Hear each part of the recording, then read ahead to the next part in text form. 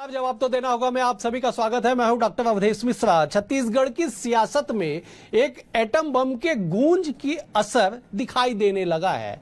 दरअसल कांग्रेस के शब्दों में राहुल गांधी ने देश में एक ऐसा एटम बम फोड़ा जिसमें वोट चोरी नाम का एक शब्द बाहर आया और आरोप लगा कि वोट चोरी जो है वो किया गया। न केवल दीगर राज्यों में बल्कि छत्तीसगढ़ में भी इसका असर देखने को मिला। राहुल गांधी ने सीधे आरोप लगाए कि छत्तीसगढ़ में चुनाव के समय मूड कुछ और, परिणाम कुछ और था। जैसे ही ये एटम बम कांग्रेस के शब्दों में फूटा, छत्तीसगढ़ की सियासत में खलबली मच गई। क्या मुख्यमंत्री, क्या पीसीसी चीफ, तमाम दलों के नेता इस पे कूद पड़े और उन्होंने पक्ष विपक्ष में इसका समर्थन और विरोध किया। कुल मिला के ये कि लोकतंत्र में वोट चोरी या केवल सियासी सीनाजोरी, आज इसी विषय पे करेंगे चर्चा। लेकिन उससे पहले देख लीजिए ये खास रिपोर्ट।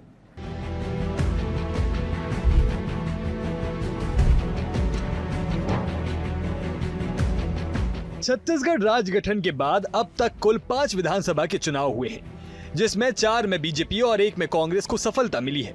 मौजूदा समय में राज्य में भारतीय जनता पार्टी की सरकार 90 में से 54 सीट और 46.27% वोट शेयर के साथ सरकार में है।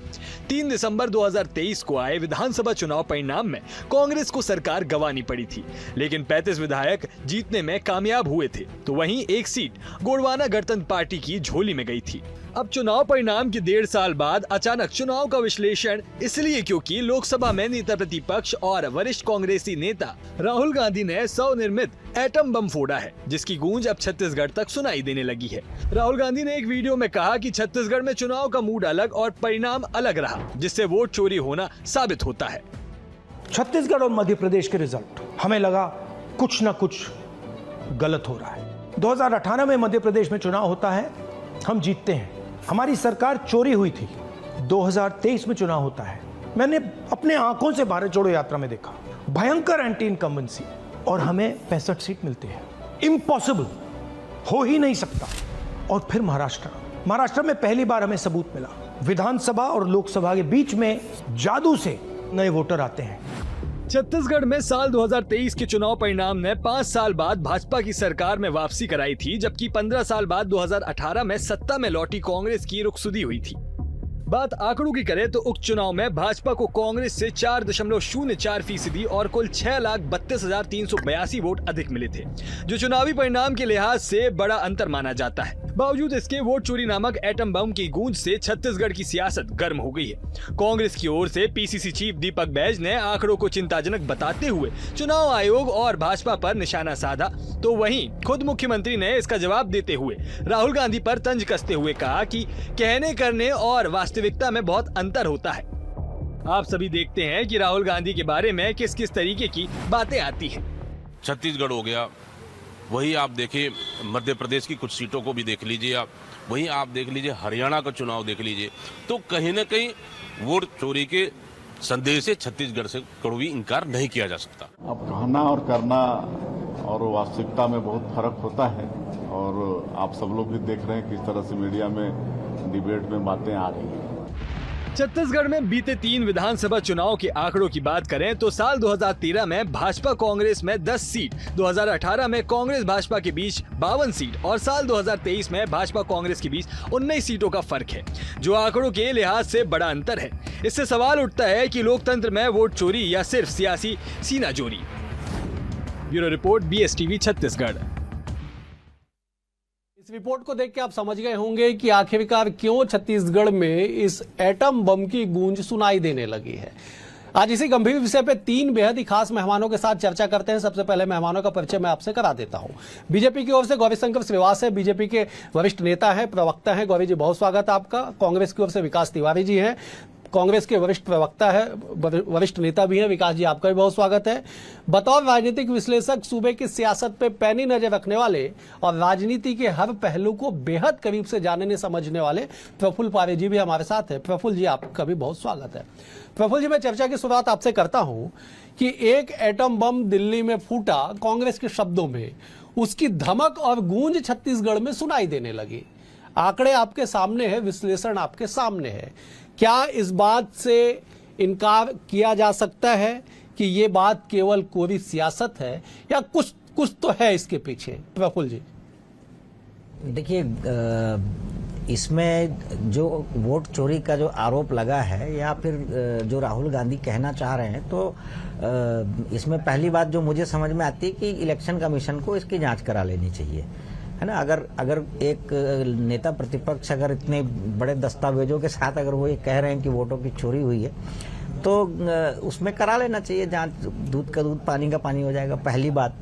दूसरी बात कि ये कह लेना कि केवल वोट चोरी से कोई सरकार बनती है, इतने बड़े देश में इतनी 545 सीटों वाली लोकसभा, इतने सारे राज्य, इतनी विधानसभा, ये कोई बहुत आसान काम नहीं है। जितना आसानी से हम ये कह दे रहे हैं कि ये वोट चोरी हुआ, आप और ये तो चलिए वोट चोरी अभी इलेक्शन कमीशन पे, इसके पहले ईवीएम पर बात आती है कि ईवीएम मैनेज होती है। हम लोगों ने बहुत कोशिश की, मैं अपनी निजी बात बता रहा हूँ कि मैं भी बहुत इस बात पर बहस करता हूँ, लोगों से पूछता हूँ कि मुझे बताओ कि ईवीएम कैसे हैक होती है। ठीक है, इलेक्शन में किसी बूथ का मैनेजमेंट करना, आखिरी समय में थोड़ा मतदान बढ़वा देना, ये चीजें पहले भी होती आती। बूथ कैप्चरिंग पहले भी नहीं होती थी क्या? जब ईवीएम नहीं था तो बैलेट बॉक्स बूथ से चोरी हो जाते थे, कभी किसी नाले पे मिलते थे, कभी किसी नदी किनारे मिलते थे। तो ये सब चीजें थोड़ा बहुत प्रभावित कर सकती है, लेकिन पूरा चुनाव अगर आप कह रहे हैं कि ये वोट चोरी हुआ है और ये कह देना कि वो एंटी इनकम्बेंसी राहुल गांधी कहते हैं, मुझे भयानक एंटी इनकम्बेंसी दिखी। तो एंटी इनकम्बेंसी मुझे ऐसा लगता है कि एंटी इनकम्बेंसी एक तरह की ऐसी लहर होती है जो दिखती नहीं है कम से कम, और फिर वो नतीजों में दिखती है। प्रफुल्ल जी, मैं लौटता हूँ आपके पास। एक आंकड़े में आपके सामने रख देता हूँ, विकास जी भी हैं, गौरी जी भी मौजूद हैं। 2013 में छत्तीसगढ़ में चुनावी परिणाम 8 दिसंबर 2013 को आया, जिसमें बीजेपी तीसरी बार 49 सीटों के साथ सत्तासीन हुई और कांग्रेस को 39 सीट मिला। वोट परसेंटेज की बात कर ली जाए तो बीजेपी को 41% वोट उस समय मिले, कांग्रेस को 40.3%। और वोटों का कुल जो अंतर था, प्रफुल्ल जी ध्यान दीजिएगा, वोटों का कुल अंतर बीजेपी और कांग्रेस को 2013 में प्राप्त वोटों के कुल अंतर में महज जो अंतर था 97,574 वोटों का कुल अंतर था पूरे छत्तीसगढ़ में मिला के। मैं लौटूंगा, मैं जब एक बार विकास जी का रुख करता हूं, फिर जवाब के लिए मैं गौरी जी के पास आऊंगा। विकास जी, छत्तीसगढ़ में क्या सच में कांग्रेस पार्टी को ऐसा लगता है कि वोटों की बड़ी चोरी की गई है छत्तीसगढ़ के परिप्रेक्ष्य में? विकास जी, मैं इसलिए आपसे गंभीरता से सवाल पूछ रहा हूं क्योंकि आप खुद इलेक्ट्रल पॉलिटिक्स के माहिर खिलाड़ी हैं, आप खुद चुनाव लड़े हुए व्यक्ति हैं, आपको पता है कि बूथ मैनेजमेंट, वोट मैनेजमेंट और तमाम तरह के इलेक्शन मैनेजमेंट कैसे होते हैं। आप प्रैक्टिकली इस बात को जानते हैं। विकास जी। अवधेश जी, आज का जो विषय है बहुत गंभीर विषय है। पूरे देश में जो आज जो राहुल गांधी जी जो नेता प्रतिपक्ष हैं, लोकसभा के एलओपी हैं, उनके द्वारा साक्ष्य के सहित, आंकड़ों के सहित लोकसभा वार, विधानसभा वार डाटा प्रस्तुत किया गया। तमाम चीजें आप लोगों के सामने हैं, उसको मैं दोहराना नहीं चाहूंगा। जो बात राहुल गांधी जी ने बहुत क्लियर कट कहा है, मैं प्रफुल्ल पारे जी को सुन रहा था कि 550 सीटों का आंकड़ा उन्होंने जारी नहीं किया है। जो कुछ सीटें जहां पर रैंडम उनके पास डेटा मिला, उनका वो डेटा जारी किए हैं। उसमें उन्होंने कहा कि अगर 15 सीट में मैनेजमेंट नहीं होता तो नरेंद्र मोदी प्रधानमंत्री नहीं होते। अगर वोटों की चोरी नहीं होती, तो आप एक राष्ट्रीय चैनल है आज तक, वो तो बकायदे उस जगह में गया जहां एक घर में 40 वोटर थे और उस घर का मकान मालिक भाजपा का था। ये मैं नहीं कह रहा हूं, आज तक चैनल के राष्ट्रीय स्तर में इसको दिखाया गया। अब बात जो आ रही है, राहुल गांधी जी ने कहा है कि इलेक्शन कमीशन जो इलेक्ट्रॉनिक डेटा है वो उनको दे दे। देखिए, वो नेता प्रतिपक्ष है, संवैधानिक उनका अधिकार है। तो अगर जिम्मेदारी के साथ कोई, आज आप देखिए ना प्रधानमंत्री का मुंह खुला, ना उनके चाणक्य का मुंह खुला। सीधी बात यह है अवधेश जी, अगर नेता प्रतिपक्ष पूरे आंकड़ों के साथ आ रहे हैं तो सत्ता को भी पूरे आंकड़ों के साथ आने चाहिए। अब मजे का चीज देखिए, अगर सब सही है तो चुनाव आयोग ने अपने साइड से पूरा डेटा गायब क्यों कर दिया है, उसको बंद क्यों कर दिया है? तो सवाल विपक्ष नहीं उठाएगा तो कौन उठाएगा? और जो लगातार जहां पर ऑडियो में थोड़ा डिस्टर्बेंस है। विकास जी, विकास जी, आपके ऑडियो में थोड़ा डिस्टरबेंस है, शायद तकनीकी प्रॉब्लम है। मैं आ रहा हूं, मैं दुरुस्त करवाता हूं, जरा चेक करिएगा। विकास जी की बातें पूरी क्यों नहीं आ पा रही, कट कट के चीजें आ रही। मैं लौटता हूं विकास जी आपके पास इन तमाम सवालों के साथ। मैं गौरी जी से एक बार जवाब लेता हूं। गौरी जी, एक एटम बम फूटा, कांग्रेस के शब्दों में मैं दोहरा रहा हूं, उसकी जद में छत्तीसगढ़ आया। उन्होंने कहा कि साहब 2023 में जो चुनाव का मूड था वो कुछ अलग था और परिणाम कुछ अलग आ गया। आंकड़े रख देता हूं आपके सामने, विकास जी भी सुन रहे होंगे कि Bhajpa 54 seat, Congress 35 seat, vote of percentage 46.27 BJP को, 42.23 कांग्रेस को। बीजेपी ऐतिहासिक 13.30 वोट गेन करती है इस चुनाव में। अब वोटों का अंतर जो दोनों पार्टी के बीच में होता है वो होता है 6,32,382 वोटों का। गौरी जी, देखिए ऐसा है, जो एटम बम था वो सूतली बम से भी पूरी तरह से बुरा साबित हुआ। ना कोई आवाज आई, ना कोई धमक हुआ, ना देश में कोई प्रतिक्रिया हो रही है। और बड़ा आश्चर्य लग रहा है कि राहुल गांधी जी एक लिखा हुआ स्क्रिप्ट, उनकी टीम ने जो बहुत ही कमजोर तैयारी के साथ, किस कोचिंग के साथ उस स्क्रिप्ट को लिखा है, उसमें उन 3 राज्यों का कहीं भी उल्लेख नहीं है जहां पे इनकी सरकार बनी। वहां पे हिमाचल का उल्लेख नहीं है जहां जीते, वहां पे तेलंगाना का उल्लेख नहीं है, वहां पे झारखंड का भी उल्लेख नहीं जहां पे इन्होंने मिलकर सरकार बनाई। उल्लेख कहाँ है? जहां पे हारे हैं। मतलब कितने शर्म की बात है कि छत्तीसगढ़ की जनता के जनादेश का सीधा अपमान है। 2018 में हम हारे, 15 सीट आए, कभी हमने ईवीएम, चुनाव आयोग, वोटर लिस्ट पे आरोप नहीं लगा, सहज रूप से स्वीकार किया। 13% से ज्यादा का इनको वोट मिला, इतना बड़ा मार्जिन, हमने कभी इस प्रकार के आरोप नहीं लगाए। 5 साल संघर्ष किया, जमीन में रहे, लड़ाई लड़ी, सत्ता पाया, जनता का आशीर्वाद मिला। अब इतने बड़े जनादेश को आप बोलेंगे कि भाई आपने वोटों की चोरी की है, बहुत ही निचले स्तर का बयान है। और बयान कौन दे रहा है? वो व्यक्ति जिसको 2 दिन पहले सुप्रीम कोर्ट ने लताड़ लगाई है।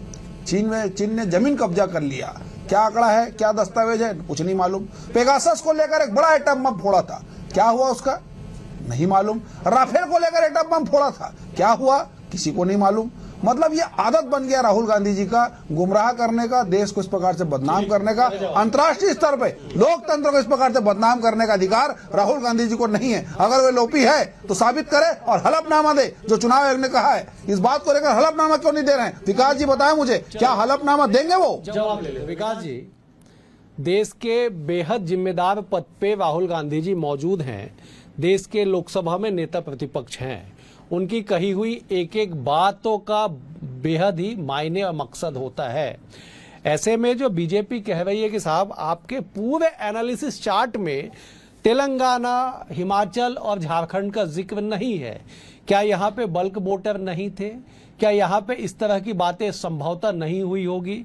और इन सब के इतर सियासी वार जो गौरी जी कर रहे हैं, जरा उस पर पलटवार भी कर दीजिए कि एटम बम साहब फूटा नहीं, धमाका नहीं हुआ। मेरी आवाज क्लियर आ रही है आपको? मेरी आवाज क्लियर है? जी विकास जी बोलिए, आपकी आवाज आ रही है, बोलिए। देखिए, गौरी श्रीवास जैसे भारतीय जनता पार्टी की नेता जो बहुत हल्की और निम्न स्तर की बात करके राहुल गांधी और इनके बारे में जो बात कर देते हैं, यह हास्यास्पद है। चलिए मैं गौरी श्रीवास की बात पर आता हूँ। ये इनको बड़ा वीडियो कटिंग का आदत पड़ गया है। ये वीडियो कटिंग डाल के हंसी मजाक ठिठोली बहुत करते हैं और इनकी पार्टी इनके साथ हंसी ठिठोली करती है। बहुत जिम्मेदारी से कह रहा हूं कि 3 राज्य का उल्लेख नहीं है। गौरी श्रीवास अगर भारतीय जनता पार्टी उनकी बात सुनती होगी तो ये तीनों राज्य को भी जोड़ ले, भाजपा शासित प्रदेशों को भी जोड़ ले।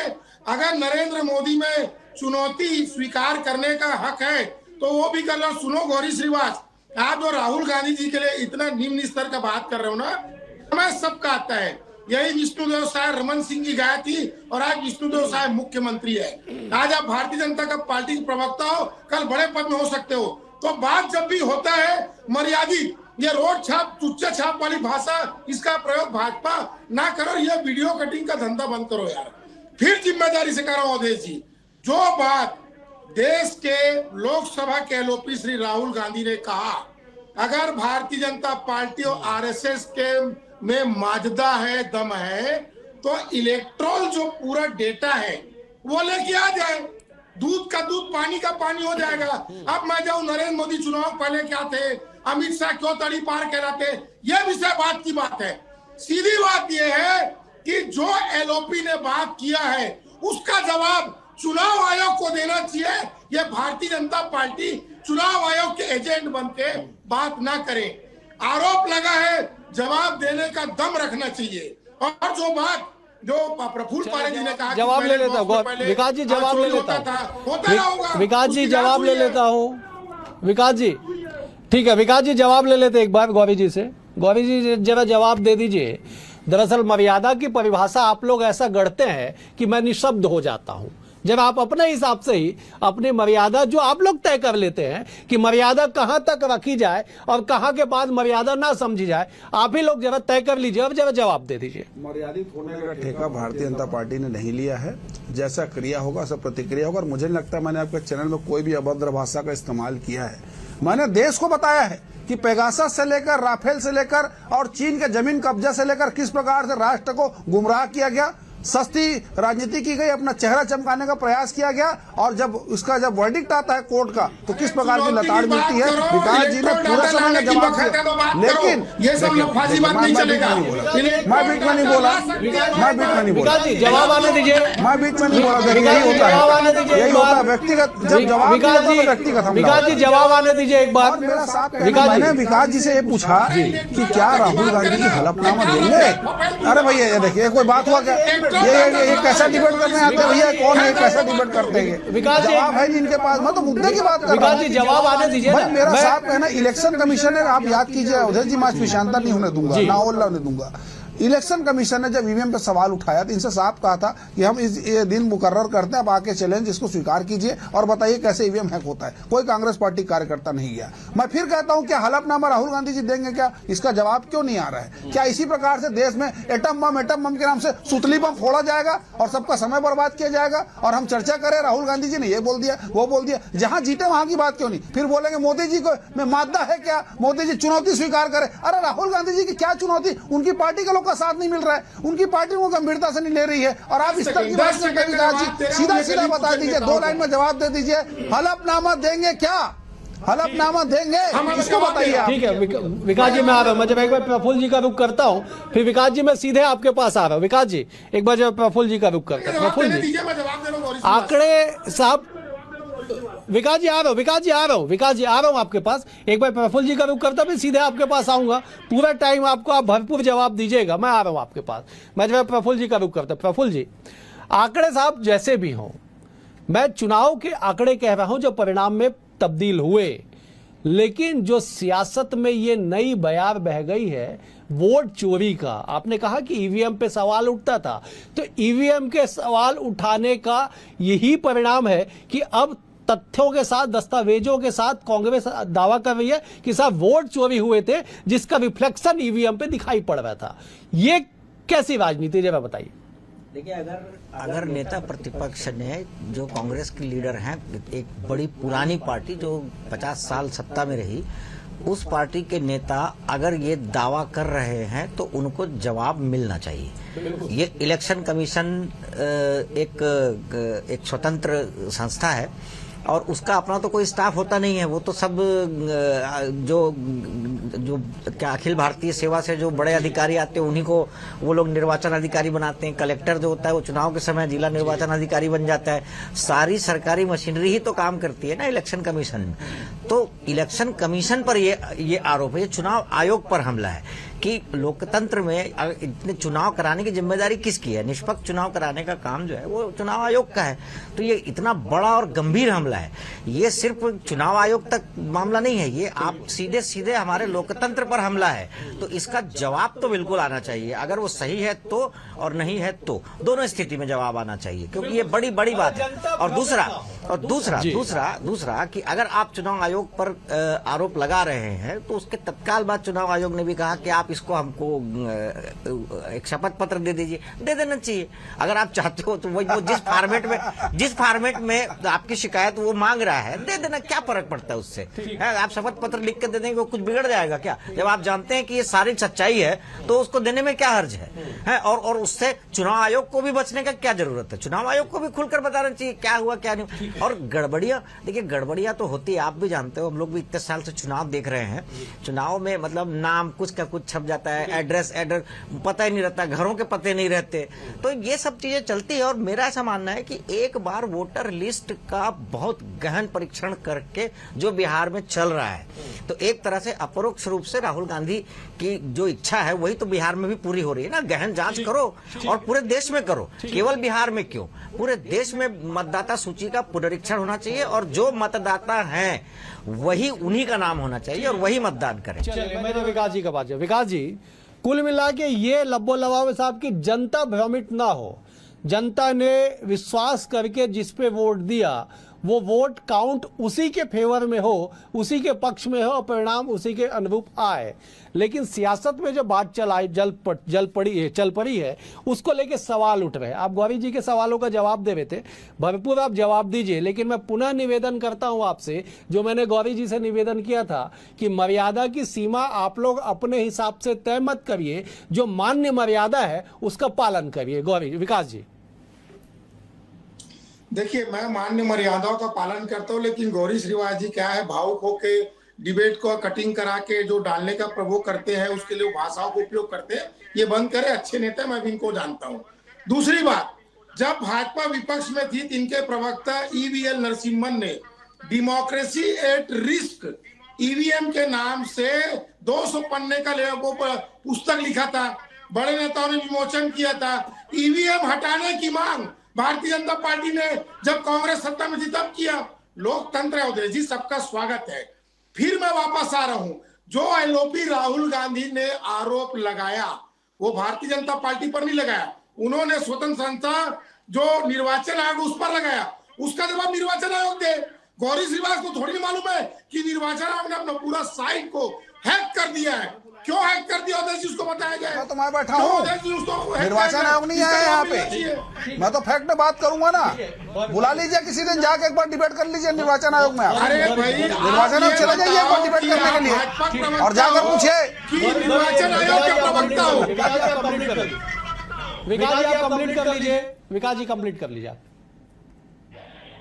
मोदी जी कहीं उनकी आवाज बंद करवा दी, ऐसा लगता है। ये भी आरोप ना लग जाए कि उनकी आवाज को मोदी जी बंद करवा रहे हैं। गली छाप भाषा जी बंद करवा दिए होंगे। वो वीडियो कटिंग के लिए ना, ये बहुत टुच्चा काम है। टुच्चा काम से उभरो और ये बताओ कि इलेक्ट्रोल डेटा को जारी कर पाएगी आरएसएस भाजपा की नहीं, इस बात का जवाब दो। अरे ये हल्का बात नहीं करना, हल्का बात ये क्यों भगोड़ा बनकर भाग रहे भैया? फिर वही होगा, रफेल जैसा माफी मांग लेंगे। माफी मांगेंगे क्या? माफी मांगेंगे जैसे रफेल में माफी मांगे? क्यों जारी नहीं हो रहा है? क्यों नहीं, मुझे बताइए ना, हलफनामा क्यों नहीं दे रहे हैं आप? अरे आप तो दीजिए उनके नाम से, फर्जीवाड़ा कर रहे हैं, वैसे भी आप लोग माहिर है। प्रधानमंत्री देश का नाम खराब कर रहे हैं, ठीक से जवाब नहीं आ रहा है। ये बात गौरी जी विषय पे, गौरी जी माफ कीजिएगा, विकास जी विषय पे जी, इलेक्शन कमीशन को देना चाहिए। बिल्कुल, बहुत बढ़िया, ठीक है, ठीक है। चले गौरी जी जवाब दे दीजिए कि जो आरोप और जो बातें कही जा रही है कि साहब ये अमुक चीजें हुई है तकनीकी तौर पे, फौरी तौर पे, उसका जवाब इलेक्शन कमीशन की ओर से आना चाहिए। लेकिन सियासत में एक अलग ही चर्चा चल पड़ी है। दीपक बैज जी कह देते हैं, मुख्यमंत्री कह देते हैं और तमाम जो नेता है उस पर समर्थन या विरोध में सामने खड़े हो जाते हैं। भाई विकास जी की बात से मैं पूरी तरह सहमत हूँ कि उन्होंने इल्जाम इलेक्शन कमीशन पे लगाया है, पर चूंकि डिबेट में अवधेश जी ने हमको बुलाया है और बात पूछ रहा, तथ्य में बात तो मैं रखूंगा। मैं इलेक्शन कमीशन का प्रवक्ता नहीं हूं, अपनी पार्टी का हूं और निश्चित तौर पर देश को भी जानने का अधिकार है। इसीलिए विकास जी फोन लगाकर राहुल जी को बोलिए एक हलफनामा प्रस्तुत करे और इलेक्शन कमीशन जवाब ले। ईवीएम की भी चेक कर लीजिए और कागज चेक करना कर लीजिए, जहां जीते उसकी भी चेक कर लीजिए। कितने फैक्ट है, राहुल गांधी जी की जो टीम है किस प्रकार की कोचिंग लेकर, कहां से क्लास लेकर क्या क्या दस्तावेज खड़ा कर देते हैं और फिर सवाल पूछते हैं पूरे देश से, निर्वाचन आयोग से।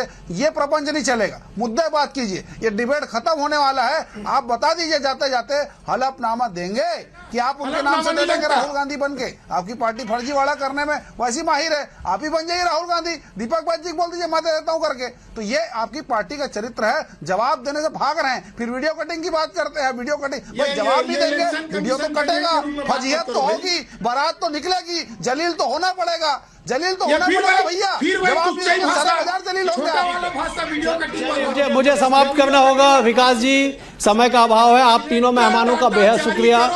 विकास जी आपका शुक्रिया, गौरी जी आपका शुक्रिया, प्रफुल्ल जी आपका भी बहुत बहुत शुक्रिया।